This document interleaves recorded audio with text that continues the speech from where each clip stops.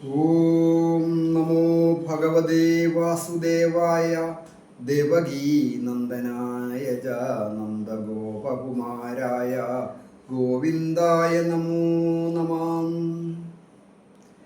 ഹരിതം TV ചാനലിലേക്ക് എല്ലാ പ്രേക്ഷകർക്കും സ്വാഗതം. ഇന്ന് ജ്യോതിഷ പന്തിയിൽ ഉൾപ്പെടുത്തിയിരിക്കുന്നത് ശുക്രന്റെയും ബുധന്റെയും രാശിമാറ്റത്തെക്കുറിച്ചാണ്.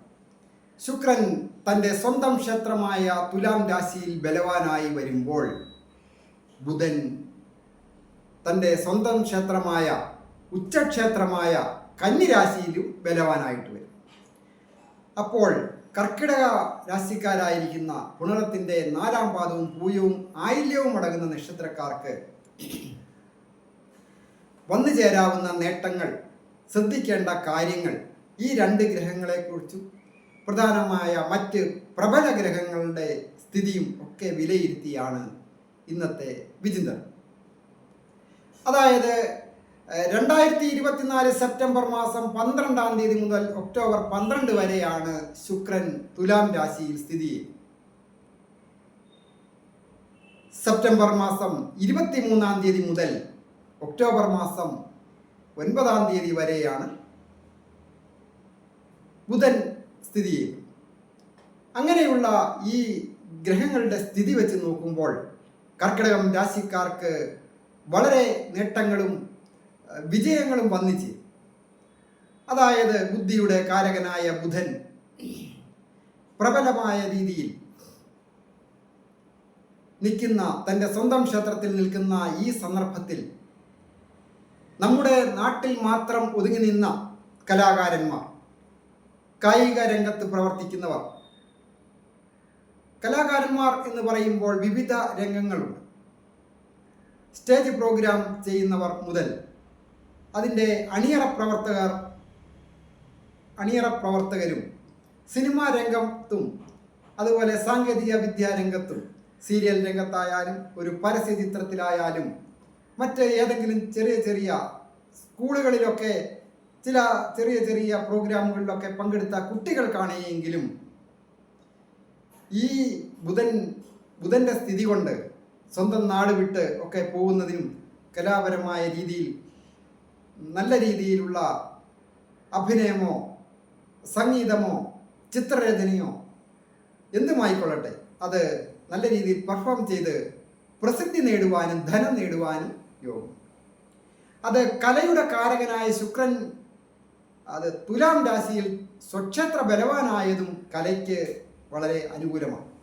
കലാരംഗവുമായി പ്രവർത്തിക്കുന്ന അനവധി തൊഴിലുകളുണ്ട്. അത് 4-ാമിടത്ത് തൻ്റെ സ്വന്തം ക്ഷേത്രത്തിൽ നിന്നുകൊണ്ട്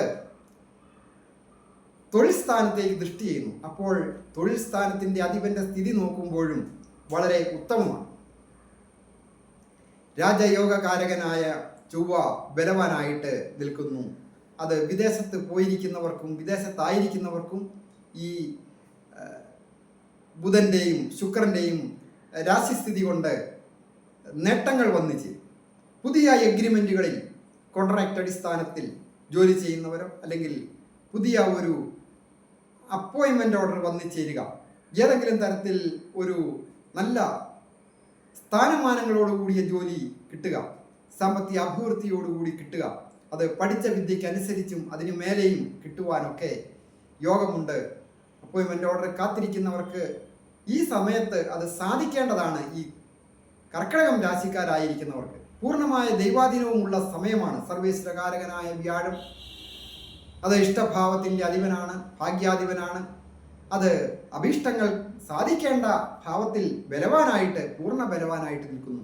കണ്ടകശനി ദോഷങ്ങളൊന്നും ബാധകവുമല്ല. അങ്ങനെ നോക്കുമ്പോൾ ഉത്തമ വാഹന യോഗവും ഉത്തമ ഗൃഹയോഗവും, അതായത് ഒരു വാഹനം വാങ്ങണമെന്ന് വിചാരിച്ചിട്ട് നടക്കാതെ പല നാളുകൾ ആലോചിച്ചിട്ടും ശ്രമിച്ചിട്ടും നടക്കാത്തവർക്ക് ഈ നക്ഷത്രക്കാർക്ക് സാധിക്കും. അതുപോലെ ഒരു ഗൃഹം പുതുക്കിപ്പണിയുന്നതിന് തീരുമാനമാകുന്നതിനോ പുതിയ ഗൃഹം വാങ്ങുന്നതിന് തീരുമാനമാകുന്നതിനും ഒക്കെ യോഗമുണ്ട്. ആർക്കിടെക്റ്റേഴ്സ്, ഇന്റീരിയർ ഡിസൈനേഴ്സ്, വസ്ത്ര നിർമ്മാണ വ്യാപാരവുമായി ബന്ധപ്പെട്ടവരെ,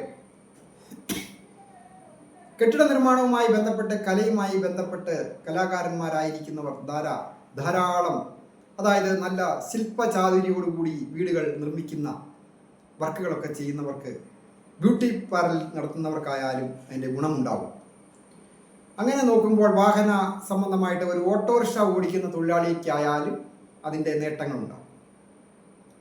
ശുക്രൻ ബലവാനായിരിക്കുന്നതിനാൽ ഏജ് ഓവറായിട്ട് നിൽക്കുന്ന യുവാക്കൾക്കായാലും ഒരു വാഹനം വന്നു ചേരുന്നതിനോ അല്ലെങ്കിൽ ഒരു വിവാഹം വന്ന് വാക്കാകുന്നതിനുമൊക്കെ യോഗം.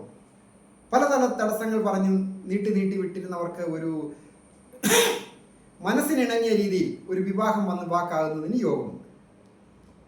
ദാമ്പത്യ ജീവിതം പൊതുവെ ഐശ്വര്യപൂർണ്ണമായിരിക്കും ദമ്പതികളായിട്ടുള്ളവർക്ക്. തൊഴിൽ പുരോഗതിയും വന്നു ചേരും. വിദേശത്തായിരിക്കുന്നവർക്കും ഉത്തമമാണ്. വിദ്യാർത്ഥികൾക്ക് വിദ്യാ വിജയങ്ങളും വന്നു ചേരുന്നതാണ്.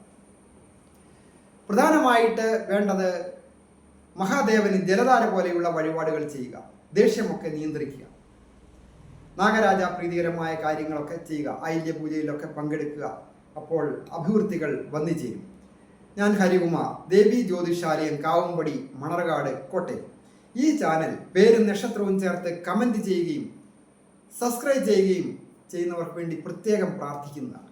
അതുപോലെ തന്നെ ജ്യോതിഷ കാര്യങ്ങൾക്ക് നേരിട്ട് വരികയോ ഫോൺ വിളിച്ച് ചോദിക്കുന്നതിനും അവസരമുണ്ടായിരുന്നു. എല്ലാവർക്കും നന്മ വരുവാനായിട്ട് പ്രാർത്ഥിക്കുന്നു.